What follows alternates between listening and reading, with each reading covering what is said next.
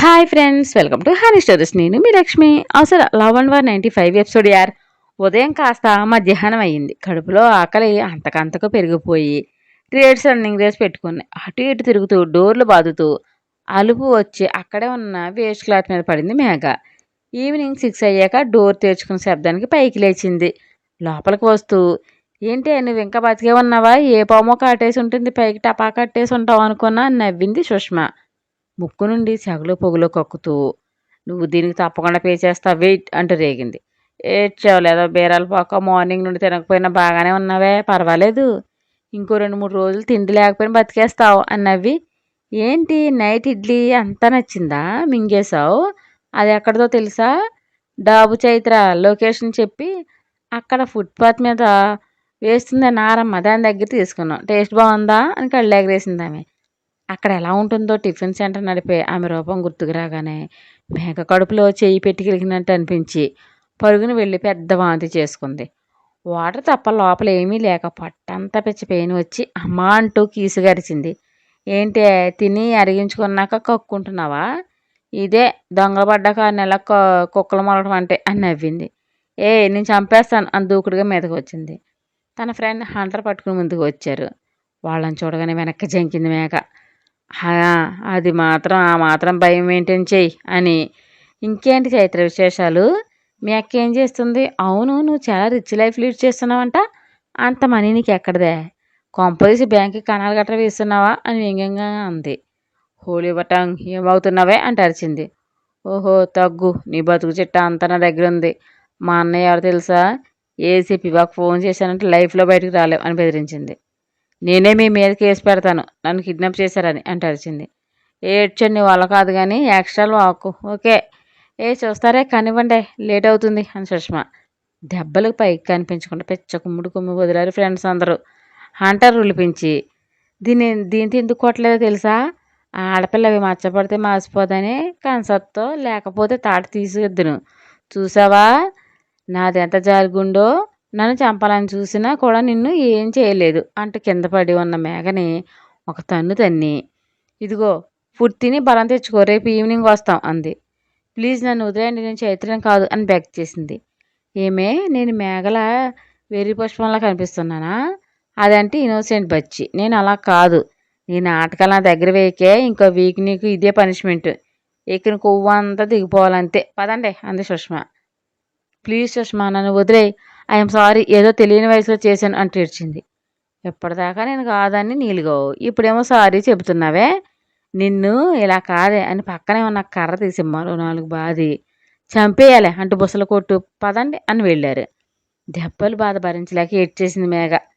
బయట ఉండి వింటూ, చూసారే అది దాని నిజ స్వరూపం, ఎంత కన్నింగ్ లేడీ కదా, ముందు చంపేస్తా పొడి చేస్తా అని ఎగిరింది. 4 ఉతికితేసరికి బెగ్గర్లా బెగ్ చేసుకుంటూ ఈసడించి డోర్ గడియ వేయకుండా వెళ్ళిపోయారు. 1 గంట తర్వాత బాధ నుండి కోపం లావాలా ఎగుకొనుకొచ్చి పక్కనే ఉన్న ఐరన్ రాడ్ తీసి డోర్ బాధేసింది. అది కిర్రుమని శబ్దం చేస్తూ తెరుచుకుంది. మొహం భుజాలకు తుడిచేసుకుని, హెయిర్ని సరిచేసుకుని, బాడీ అడుగు తీసి అడుగు వేయడానికి కూడా సహకరించకపోయినా మొండిగా నడుచుకుంటూ రోడ్డు మీదకి వచ్చింది. అటుగా వెళ్తున్న ఆటోని పిలిచి ఆపి ఎక్కి అడ్రస్ చెప్పింది. ఆటో మూవ్ అవగానే వెనుకే బైక్ వాళ్ళ స్టార్ట్ చేసుకుని ఆటోని ఫాలో చేశాడు. మీ అక్క తప్పించుకుని బయలుదేరుతుందన్నాడు దేవ్. ఎక్కడికి వెళ్తుంది? తిన్నగా అక్కడికి వస్తుంది అని పెద్ద విరిచిన చైత్ర. నో, ఇక్కడికి వస్తే వేద్కి ఏదో కథ చెప్పి అంత రిస్క్ చెప్పు ఇప్పుడు చేయదు, డైరెక్ట్గా వాడి దగ్గరికి వెళ్తుంది అని లైన్లో ఉన్న తన మనిషిని ఏ రూట్లో వెళ్తుందో ఆటో అని అడిగాడు దేవ్. రూట్ చెప్పగానే ఓకే, అసలు మిస్ అవ్వకు అని కట్ చేసి, చెప్పానా ఇక్కడికి రాదని? ఇందులో మన ఇన్వాల్వ్మెంట్ ఉందని డౌట్ అయితే రాదు కదా అంది చైత్ర. ఎప్పటిదాకా అయితే రాలేదు, తర్వాత ఏంటి అనేది చెప్పలేము, చూద్దాం. పట్టుకుని 4 ఉతికితే సరిపోతుంది కదా. అదే చెప్పాను, వెనుకున్న రోగ్ ఎవరనేది అని విసుగు ప్రదర్శిస్తూ. ఇదంతా నాకు చాలా చిరాగ్గా ఉంది శివ, ఎన్నాళ్ళు దాన్ని వెనుక పరుగులు తీయడం అంది. ప్రాణం తీసుకున్న టైప్ అది, నిజం చెబుతుంది అనుకుంటున్నావా? దాన్ని అంత నమ్మి నా మీద ప్రయోగించాడంటే ఎంత నమ్మకం లేకపోతే చేస్తాడు చెప్పు? పైకి మీకు అలాగే కనిపిస్తుంది, ఇదంతా భారీ స్కెచ్ వేయడానికి పులి ఎంత ఓర్పుగా ఎదురు చూస్తుంది. ఇది అంతే, ఒక అడుగు వెనక్కి వేసినంత మాత్రాన ఏం తప్పులేదు అని నచ్చ చెప్పాడు దేవ్. ఒక బడ్డీ కొట్టు దగ్గర ఆటో నాపి దిగి ఉండు మనేస్తా అని కొట్టి అతనితో మాట్లాడి మనీ తీసుకొచ్చి ఇచ్చింది మేఘ. ఆటో వాళ్ళ స్టార్ట్ చేసుకుని ముందుకు వెళ్ళి దేవ్కి కాల్ చేశాడు. లిఫ్ట్ చేసి మధ్యలో దిగేసిందని అడిగాడు దేవ్. ఎస్ సార్, ఇక్కడ ఏదో కొట్టుంది, అక్కడ డ్రాప్ అయిపోయింది, నువ్వు వెళ్ళు, వెనుక మన వాడు ఉన్నాడు చూసుకుంటాడు అని కాల్ కట్ చేసి, నాకు తెలిసిన నీ కన్నింగ్ వేషాలు ఆల్ఖైదా ఉగ్రవాది కంటే డేంజర్, వాళ్ళు పాకిస్తాన్లో ఉన్నారు, నీలాంటి క్రూయల్ మెంటాలిటీ వాళ్ళు వీధికి ఒకరున్నారు, వాళ్ళకంటే మీరే మహా డేంజర్ అన్నాడు. నువ్వు టెర్రరిస్టులను పొగుడుతున్నావా శివ అంటూ సీరియస్గా అడుగుతుంది చైత్ర. నేనెందుకు పొగుడుతానే, అవకాశం వస్తే కుక్కలను కొట్టినట్టు కొట్టి చంపేస్తా కానీ వాళ్ళైనా నీ ఎక్కైనా నాకు ఒకటే అన్నాడు దేవ్. ఏం సాధిద్దామని ఇంత నీచంగా ప్రవర్తిస్తుంది, మరీ దిగజారిపోయింది అనుకోలేదు, చి అంటూ హెచ్చరించింది చైత్ర.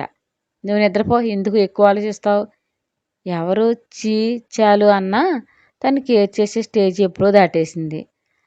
సమస్తాన్ని షేర్ చేసుకున్న అన్నవనే చంపేసిందంటే అర్థం కావడం లేదా ఆ మెంటాలిటీ ఎలా మారిందో. నాకేంటో అలా ఉంది శివ, ఏవేవో నెగిటివ్ థాట్స్ వస్తున్నాయి అని ఒడిలో చేరిపోయిన చైత్ర విని నిమురుతూ, ఎక్కువ ఆలోచిస్తే అలాంటి చెడు ఆలోచనలే వస్తాయి, నేనున్నా కదా ఏమి కాదురా, నిద్రపో అంటూ మెల్లగా జోకొట్టాడు దేవ్. మెడ చుట్టూ చేతులు బిగించి గట్టిగా హత్తుకుని కళ్ళు మూసుకుంది. దేవ్ హృదయం బగ్గున మండిపోయింది.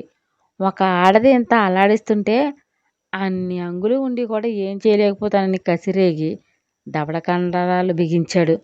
ఫస్ట్ నుంచి మేఘ వల్ల చైత్ర ఇలాంటి అవమానాలు ఎన్ని భరించిందనే ఆలోచనే కుదురుగా ఉండనివ్వడం లేదు. చైత్ర శ్వాస గాఢంగా తీసుకోవడం చూసి తను నిద్రపోయిందని గ్రహించి మెల్లగా బెడ్ మీద పడుకోబెట్టి తను లేచి వార్డ్రోబ్ దగ్గరకు వెళ్ళి బ్లాక్ హుడీ వేసుకుని బయటికి వెళ్ళాడు. మెయిన్ డోర్ లాక్ తీసి గ్యారేజ్లో ఉన్న స్పోర్ట్స్ బైక్ బయటకు తీసి స్టార్ట్ చేసి ముందుకు పరుగులు తీయించాడు దేవ్. కొట్టువాడిని ఫోన్ అడిగి తీసుకుని చచక మెసేజ్ టైప్ చేసి సెండ్ చేసింది మేఘ. అంత పర్సనల్ నెంబర్కి మెసేజ్ రావడంతో అలర్ట్ అయ్యాడు వాడు. తను ఉన్న అడ్రస్కి రమ్మని ఉండడంతో ఈ టైంలో అక్కడ ఏం చేస్తుంది అనుకుని ఓకే అని మెసేజ్ సెండ్ చేసి ఫోన్ పాకెట్లో పెట్టుకుని తీసుకుని బయలుదేరాడు అతడు. చాట్ అంతా క్లియర్గా చేసి థ్యాంక్స్ అని ఒక సోడా ఇవ్వండి అందామే. అతడు సోడా ఇవ్వగానే కొంచెం తాగి ఫేస్ వాష్ చేసుకుని సైన్ నిలబడింది. 15 మినిట్స్లో కారు వచ్చి ఆగింది. చీకట్లో ఉన్న దేవు మనిషి అలర్ట్ అయ్యాడు. విండో మీద నాక్ చేసింది. గ్లాస్ దించాడు. మనీ ఇమ్మంది. తీసివ్వగానే తీసుకెళ్ళి కొట్టువాడికి ఇచ్చి వచ్చి డోర్ తీసుకుని ఎక్కింది. మేఘ ఎక్కగానే కారు ముందుకు దూసుకుపోయింది. 6 నిమిషం కూడా వేస్ట్ చేయకుండా బైక్ వాళ్ళ వెనుకే పరుగులు తీయించాడు బైక్ని. సీటు వెనక్కి వాలి కళ్ళు మూసుకుందామే. ఏం జరిగింది అని ఏం అడగకుండా కారుని పరుగులు తీస్తున్నాడు. ఒక విల్లాలోకి కారు వెళ్ళాగింది. అంతవరకు ముండిగా భరించే నొప్పుల్ని ఇక భరించలేక నా వల్ల కాదని ఏడ్చేసింది. డోర్ తీసుకుని దిగి అటు వచ్చి మేఘ వైపు డోర్ ఓపెన్ చేసి చేతుల్లోకి తీసుకుని లోపలికి వెళ్ళాడు. ఫోన్ లైన్లో ఉన్న దేవ్తో సార్ అడ్రస్ దొరికిందని చెప్పాడు. ఓకే నేను వస్తున్నా, వాచ్ చేస్తూ ఉండు అని చెప్పి బైక్ వేగం పెంచాడు దేవ్. బెడ్రూమ్లోకి తీసుకెళ్ళి బెడ్ మీద పడుకోబెట్టి ఏం జరిగిందని ఆమెను చూస్తున్నాడు. ఏదో ఒకటి చెయ్యి, ఈ పెయిన్ భరించలేకపోతున్నా అంటూ అరిచింది. విషయం చెప్పకుండా అరుస్తావే అని వార్డ్రోబ్ ఓపెన్ చేసి ఏదో ఇంజెక్షన్ బాటిల్ తీశాడు వాడు. ప్లీజ్ ఇప్పుడు నాకు ఇది వద్దు, పైకి దెబ్బలు కనిపించకుండా కొట్టారు అని జరిగింది చెప్పింది సిరంజి లోడ్ చేస్తూ. అది చేయించింది చైత్ర దేవ్, లేకపోతే అంత ధైర్యంగా నిన్ను ఎత్తుకెళ్ళి అంత దమ్ము దానికి ఎక్కడుంది అని చేతికి మెడిసిన్ ఎక్కించాడు వాడు. చైత్ర ఉందని అంత నమ్మకంగా ఎలా చెబుతున్నావు అని అడిగింది. ఎలా అంటే నీ ఫోన్ సిగ్నల్ ట్రాప్ చేస్తే దేవ్ ఉండే ఏరియా చూపించింది. నైట్ నుండి ఆన్లైన్లోకి రాలేదు, గెస్ చేసా ఏదో జరిగిందని కూల్గా చెప్పాడు వాడు. వాళ్ళని మొదలది చంపే నా ఒంటి మీద చేవేస్తుందా అది అంటూ మత్తులోకి జారిపోయింది మేఘ. దేవ్ బైక్ వచ్చి ఆగింది. సార్ అంటే దగ్గరకు వచ్చాడు స్పై పర్సన్. లోపలే ఉన్న ఇద్దరు yes sir, okay come, gun ఉందా, ఉంది సార్ అని దేవుని అనుసరించాడు అతడు. సైడ్ నుంచి వాలెక్కి లోపలికి జంప్ చేసి చుట్టూ డేక్కాలతో వాచ్ చేస్తూ ముందుకు వెళ్ళాడు దేవ్. చీకటిగా ఉన్న గార్డెన్ ఏరియా అంతా ఒక్కసారిగా వెలుగులు పరుచుకున్నాయి. బ్లాక్ డ్రెస్లో మొహాలు కూడా కనిపించకుండా ఓన్లీ కళ్ళు ముక్కు మాత్రం కనిపించేలా మాస్కులు తొడుక్కుని తలతలా మెరుస్తున్న తలవార్లు తిప్పుతూ దేవ్ మీదకి వచ్చారు. తను అలర్ట్ అయ్యాడు. కరాటే స్టంట్ చేస్తూ దేవ్ మీద విజృంభించారు. అవలోకగా జంప్ చేస్తూ బ్యాక్ నుండి గన్ తీసి షూట్ చేశాడు.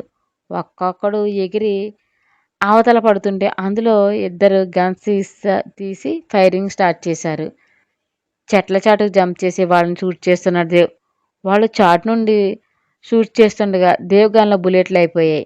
ఒకడు మెల్లగా దేక్కుంటూ వచ్చి దేవుకి గురిపెట్టి కదిలితే పుచ్చే పేలిపోతుంది అన్నాడు వాడు. క్రేకంట వాడిని చూస్తూ అరసెకండ్ అవకాశం దొరికిన మిస్ చేసుకోకూడదని ఆలోచిస్తున్నాడు దేవ్. రే రెండ్రా చిక్కడు వీడు అంటూ గంతో తల మీద పొడిచాడు వాడు. షూట్ చేసేయ్ అంటూ ముందు నుండి అరిచాడు తన తోటివాడు. ట్రిగ్గర్ మీద ఉన్న వేలు ఫ్రెష్ చేస్తుండగానే నిజంగానే వాడి తల పుచ్చకాయలా పేరింది. స్పై పర్సన్ గురి చూసి షాట్ చేయడంతో వాడు పెద్ద అత్తనాదం చేస్తూ నేలకు వరగ్గానే గుడ్ షాట్ అని కింద పడిన తలవార్ తీశాడు దేవ్. మిగిలిన వాళ్ళు పరుగున వచ్చారు. తలవార్లో ఒక్కొక్కడిని ఊచకోత అంటారే ఆ కోత కోస్తూ పోతురాజులా విజృంభించాడు దేవ్. కాళ్ళు చేతులు తెగిపడి హాహాకారాలు చేస్తున్నారు వాళ్ళంతా. ఒక్కొక్కడి గొంతులో కత్తి దింపేస్తూ ఊపిరాపేస్తున్నాడు క్షమాధర్మాలు అనేవి లేకుండా. సార్ వీళ్ళ పని నేను చూసుకుంటా, లోపల దాగి ఉన్న వాళ్ళ సంగతి చూడండి అన్నాడు అతడు. రుద్రుడిలా బగబగా మండిపోతూ పరుగున లోపలికి వెళ్ళాడు దేవ్. ఇల్లంతా సెర్చ్ చేస్తుండగా బయట కార్ స్టార్ట్ చేసిన శబ్దం వినిపించింది. పైనుండి పరుగున బయటకు వచ్చాడు దేవ్. కార్ గేట్ దాటుతూ కనిపించింది. చిరుతలా వెనుకే పరుగులు తీశాడు. కారు వేగాన్ని అందుకోలేక ఆగి ఒగురుస్తూ బ్లడీ బాస్టర్డ్ డామిట్ అంటూ పెద్దగా అరిచాడు దేవ్. నిశీదిలో అతని అరుపు అక్కడంతా ప్రతిధ్వనించింది. ఆయాసం తీర్చుకుని పాకెట్లో ఉన్న ఫోన్ తీసి తన మనిషికి కాల్ చేసి కార్ క్యాచ్ చేయమన్నాడు దేవ్. ఒక కారు వచ్చి తన పక్కన ఆగింది. తల తిప్పి చూశాడు. డోర్ తీసుకుని దిగుతూ దేవ్ అంటూ పిలిచాడు వేద్. రౌద్రవదనంతో నువ్వేంటి ఇక్కడ అని కోపంగా అడిగాడు. అది నేను అడగాలి, ఈ టైంలో నువ్వెందుకు ఇక్కడికి వచ్చావు? చైత్రని ఇక్కడ హైడ్ చేసావా అని వంకరగా అడుగుతున్నాడు. కోపం సర్రును నశాలకి ఎక్కేసి విసురుగా దేవ్ కలర్ పట్టుకుని గుంజుతూ నా భార్య కోసం తప్పుగా వాగితే నువ్వెవరనేది మర్చిపోవాల్సి వస్తుంది, చంపేస్తాను, మైండ్ ఇట్ అని నెట్టి వెనక్కి వెళ్ళాడు దేవ్. విసుమంతా కూడా కేర్ చేయకుండా కార్ ఎక్కి స్టార్ట్ చేసుకుని దేవ్ వచ్చి నా హౌస్ దగ్గర కార్ ఆపాడు వేద్. గేట్ లోపలికి వెళ్తూ గో టు హెల్ అని అరిచి వెళ్ళాడు. తన మనిషికి బుల్లెట్ తగిలి కింద సోయి లేకుండా పడి ఉన్నాడు. అతడి దగ్గరకు వచ్చి శ్వాస ఆడుతుందో లేదో చూశాడు. ఊపిరి ఆడటంతో లాంగ్ బ్రీత్ తీసుకుని ఫోన్ తీసుకుని అంబులెన్స్కి కాల్ చేస్తుంటే నేను తీసుకెళ్తాను, ఈ ఇల్లు ఎవరిది అని అనుమానంగా చూశాడు వేద్. అతనితో మాట్లాడడానికి ఇష్టపడక కాల్ చేస్తుంటే నేను తీసుకెళ్తానులే చూసుకో అంటూ చుట్టూ అంతా చూసి అతన్ని ఎత్తుకుని తీసుకెళ్ళాడు వేద్. కొన ఊపిరితో కొట్టుకుంటున్న వాడిని లేపి షర్ట్ పట్టుకుని గించు, రే ఎవడ్రా మీ బాస్ అని చెంప మీద పీకాడు. మగతగా కళ్ళు తెరిచి తెలియదు సార్ అన్నాడు వాడు. రే చంపేస్తాను, వాడు ఎక్కడున్నాడో తెలియకుండా ఇక్కడున్నారా అంటూ పక్కనే ఉన్న బెంచ్ కేసి తల కొట్టాడు. తలా చిట్లి అతనాదం చేస్తే నిజంగానే ఫేస్ చూడలేదు, మాస్క్ పెట్టుకుంటున్నాడు. మేమంతా నైట్ నుండి ఇక్కడే ఉన్నా ఒకసారి కూడా నేరుగా చూడలేదు, ఓన్లీ ఫోన్ ట్యాకింగే అని ఏడ్చాడు. మరోసారి బలంగా తల బెంచ్ కేసి బాది కింద పడేసి లోపలికి వెళ్తూ ఫోన్ తీసి విదురుకు కాల్ చేశాడు దేవ్. లిఫ్ట్ చేసి హలో బావా అన్నాడు. ఎర్లీ మార్నింగ్ బయలుదేరి వచ్చేయి, అలాగే నేను ఒక అడ్రస్ పెడతాను, హౌస్ ఎవరిదో తెలుసుకో అంటూ బెడ్రూమ్లోకి వెళ్ళాడు దేవ్. నువ్వు ఎక్కడున్నావు, ఏం జరిగిందని కంగారుగా అడిగాడు విదురు. జరిగిందంతా చెబుతూ టీపాయ్ మీద ఉన్న సిరంజ్ చేతిలో తీసుకుని అటు ఇటు తిప్పుతూ మేఘ డ్రగ్ వాడుతుందిరా అని చెప్పాడు. అక్కడ ఉన్నాయా అవి? వార్డ్రోబ్ ఓపెన్ చేసి చెక్ చేస్తూ ఖాళీ రేపర్ కనిపించగా పైన రేపర్ ఉంది అంతే, ఇంకేమి లేవు ఇక్కడ అని వార్డ్రోబ్ వెతికాడు. ఓకే, అది సిరంజ్, జాగ్రత్త చెయ్యి, చెబుతా అని నేను మార్నింగ్ స్టార్ట్ అవుతాను. అంతలో ఇల్లు ఎవరిదో కనుక్కుంటా. అయినా నువ్వు సోలోగా ఎందుకు వెళ్ళావు, సెక్యూరిటీని తీసుకెళ్లకుండా? ఏమైనా తేడాలు వస్తే మా పరిస్థితి ఏంటి అని అసహనం ప్రదర్శించాడు. వీడిక్కడ ఇంతమందిని పెట్టుకుంటాడని ఎక్స్పెక్ట్ చేయలేదురా, దొరకకుండా ఎక్కడికి పోడు, ఈ ఏరియా సీసీ ఫుటేజ్ తీసుకోవాలి అని. ఓకే నేను స్టార్ట్ అవుతున్నా బై అంటూ కాల్ కట్ చేసి ఇల్లంతా ఒకసారి తరచి చూసి అక్కడ నుండి బయలుదేరాడు. బైక్ స్టార్ట్ చేసుకుని వెళుతూ వేద్ ఈ సమయం ఇక్కడికి ఎలా వచ్చాడు, ఎందుకు వచ్చాడు అని రకరకాలుగా ఆలోచిస్తూ డ్రైవ్ చేస్తున్నాడు దేవ్. ఎలా వచ్చాడు అబ్బా Ved? Mid night Manohar phone ring అవుతుంది. మగతగా కళ్ళు తెరిచి చూసి ఎవరి టైంలో అనుకుంటూ లిఫ్ట్ చేసి హలో అన్నాడు. సార్ మనోహర్ అంటే మీరేనా అని ఒక మేల్ వాయిస్ అనిపించింది. అవును ఎవరు మీరు ఇప్పుడు కాల్ చేశారని అడిగాడు మనోహర్. మీ అమ్మాయి మేఘకు యాక్సిడెంట్ అయింది. సిటీ హాస్పిటల్ జాయిన్ చేశారు. మీరు త్వరగా రండి అని కాల్ కట్ చేసి క్రూయల్గా నవ్వడు బ్లాక్ షీఫ్. సార్ డీటెయిల్స్ మెన్షన్ చేయలేదు అని అడిగింది నర్స్. నర్స్తో తన వాళ్ళు వస్తున్నారు మిస్ వాళ్ళు చెబుతారు అని చెప్పి బయటకు వచ్చి తన కోసం వెయిట్ చేస్తున్న కారు ఎక్కి సీట్ వెనక్కి వాళ్ళు కళ్ళు మూసుకొని నేను అనుకున్న దానికన్నా తెలివైన వాడివిరా జస్ట్ మిస్ లేకపోతే ఎన్నాళ్ళ నా శ్రమ వదలా అవును అనుకుంటూ 1 అవర్ ముందు జరిగింది గుర్తు చేసుకున్నాడు వాడు. స్టోరీ మీకు నచ్చినట్లయితే ఒక లైక్ ఇచ్చి కామెంట్ చేయండి ప్లీజ్ షేర్ అండ్ సబ్స్క్రైబ్ చేయండి బడీస్.